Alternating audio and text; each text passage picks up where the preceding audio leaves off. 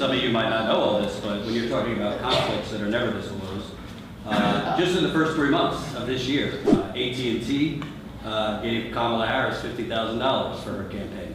To be clear, it was individuals who work at AT&T, but the janitors and lower worker bees are not giving Kamala Harris $50,000. It's usually, owners of the company, senior management, their wives, so an executive can give money and then his wife gives money to double dip. So CNN's not disclosing that. No wonder they gave her a town hall 24 hours after she announced. So this, obviously Jeff Bezos, I call it the Amazon Washington Post. Jennifer Rubin there is now doing 4 negative stories on Bernie per week. Comcast, which owns NBC, MSNBC. Biden's first fundraiser was with a major vice president / lobbyist for Comcast.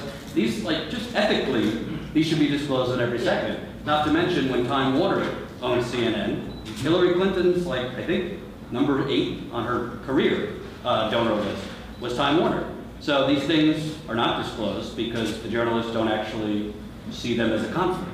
I mean, WikiLeaks, which we should point out, it's a disgrace what's going on with Julian Assange, in my opinion. WikiLeaks revealed that in 2016, Chuck Todd of NBC was literally hosting a party for Hillary Clinton's communications chairwoman during the campaign.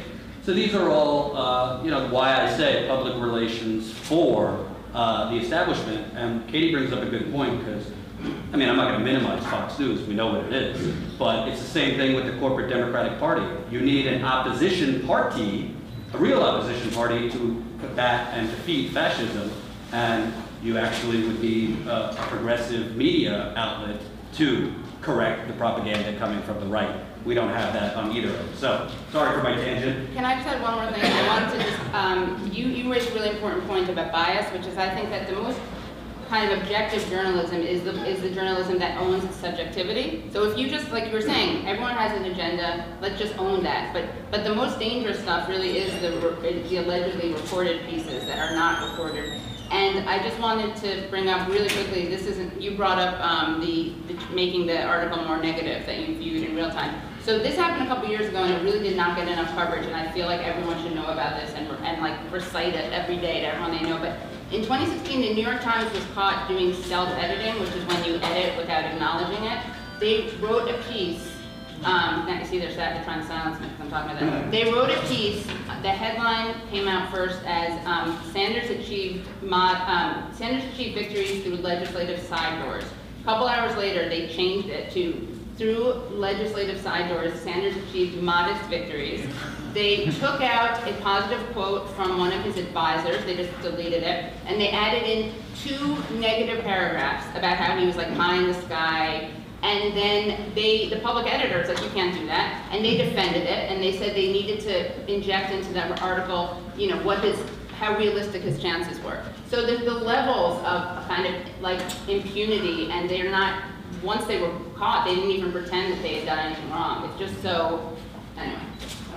And to remind you, Aaron has been doing great work, particularly on RussiaGate, which I think is a dangerous deflection. You have, maybe more than any of us in the last 2-3 years, been dealing with corporate media going after you on Twitter, calling you a kook, a conspiracy theorist, a Putin puppet. So share your experiences dealing with the corporate echo chamber.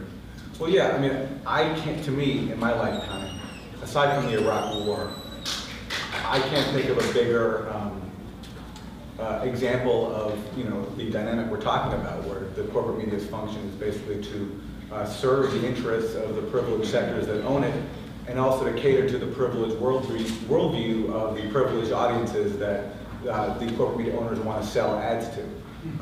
If you look at, presidential scandals of the last 50 years, the ones that have consumed political and media attention, I think there's a through line that RussiaGate is very much a part of, where basically the biggest scandals are ultimately the result of intra-elite battles. They're not really relevant, or at least far less relevant to the concerns of everyday people. So take Nixon and Watergate. He wasn't impeached for presiding over genocidal bombings of Cambodia and Vietnam and Laos, or presiding over COINTELPRO and killing of Fred Hampton. He was impeached because he went after another faction of the elite. in the 80s with the terror war in Nicaragua under Reagan. That didn't become an issue for the Democrats because he was waging a terror war against Nicaragua. That was an issue because he wasn't telling Congress about it. And they wanted in on the action, which we're pretty much hearing now when it comes to Trump's war on Iran. The Adam Schiff, for example, one of the self-styled leaders of the resistance, his main point of contention is that Trump isn't consulting Congress on his war on Iran, which people like Schiff pretty much agree with when it comes to the underlying assumptions. And the only reason, by the way, Nicaragua became an issue in Congress, and there were some limits put on it, is because there was grassroots pressure, especially from church movements here in the U.S., which is sorely lacking now. Same thing with Bill Clinton. No impeachment over bombing Sudan or Afghanistan or Iraq, where he imposed genocidal sanctions, or for gutting welfare, or massively increasing the mass incarceration in the carceral state, but because he lied about sexual relations with Lewinsky, and that was a great way for the other factions of the elite to go after him. And RussiaGate to me is the apotheosis of all this, in the sense that, but the difference is it's I think a record level of elite convergence when it comes to elite interests, and it's also completely baseless. There's really, if you look at the genesis of it, there's nothing there. There were no Trump contacts with Russian officials.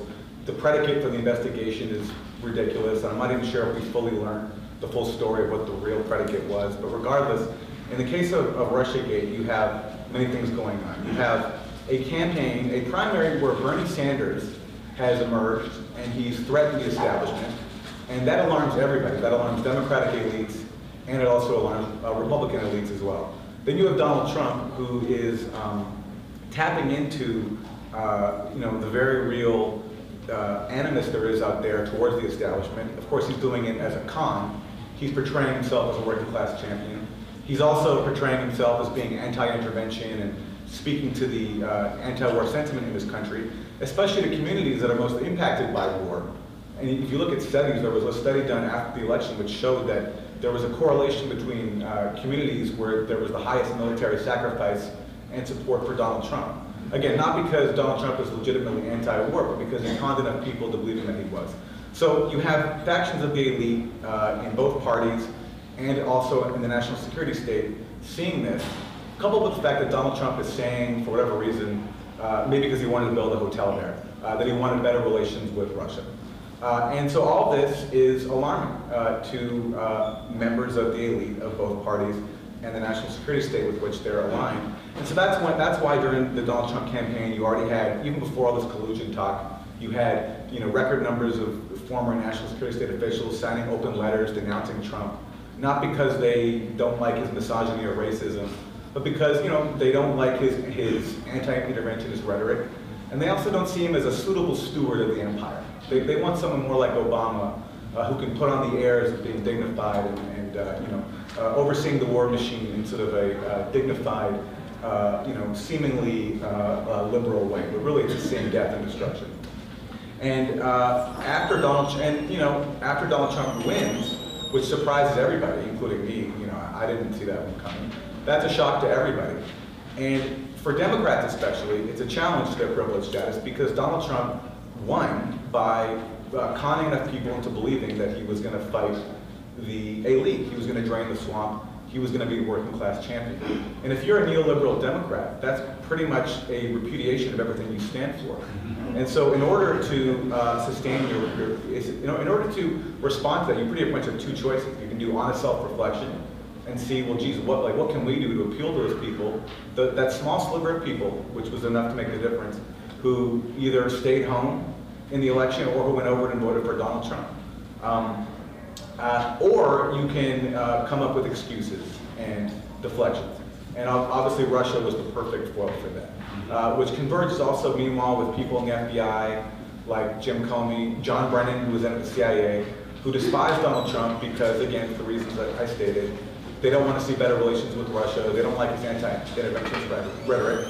So basically you have this perfect convergence, coupled with a corporate media, by the way, that loves to not talk about real issues, but they're presented now with this gift of this real-life spy thriller. So for everybody involved, it's too beneficial to pass up. So that explains, I think, the genesis of RussiaGate. That explains how it took hold. That explains why those of us who would point out all the countervailing evidence that undermine the entire conspiracy theory. And by the way, it wasn't difficult. It requires not believing in Santa Claus. That's really all it is.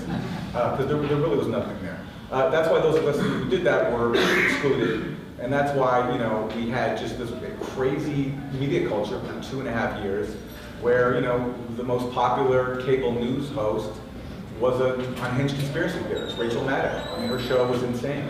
Who just got to moderate a presidential debate. Yes, yeah, and you know, and so that's, of course, it never was going to deliver, and they tapped into the very real fear that Donald Trump has engendered, because of course he is a nightmare, but they weaponized all that for ratings, to deflect from the real self-reflection that should have resulted from Trump's win, and to you know, pursue the interests of the national security state, and it was a perfect nightmare. And somehow it lasted for that long. And it lasted again because simply voices like mine and Glenn Greenwald and Margaret Kimberly from Black Agenda Report, who is speaking here now, you know, all of us were just kept out. And that's how it sustained itself.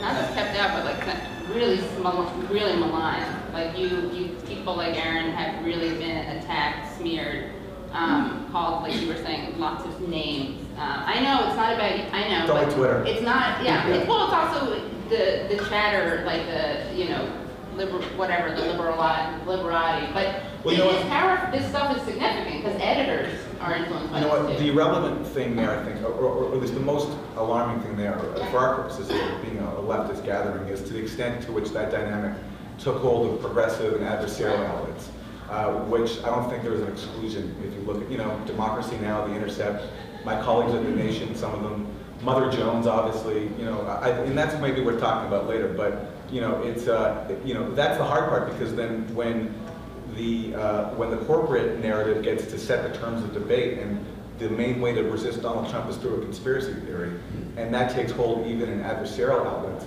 that's a real problem. It makes it a lot more difficult for those of us who weren't going along with it to reach people, you know, and that's a problem. Hope you enjoyed that last video. Hop on over to statusquo.com, where you can sign up for our email list and become a member for as low as $5 to $10 a month. Membership is how we grow. That's statusquo.com/join. And remember, join our email list so we can grow the revolution with you.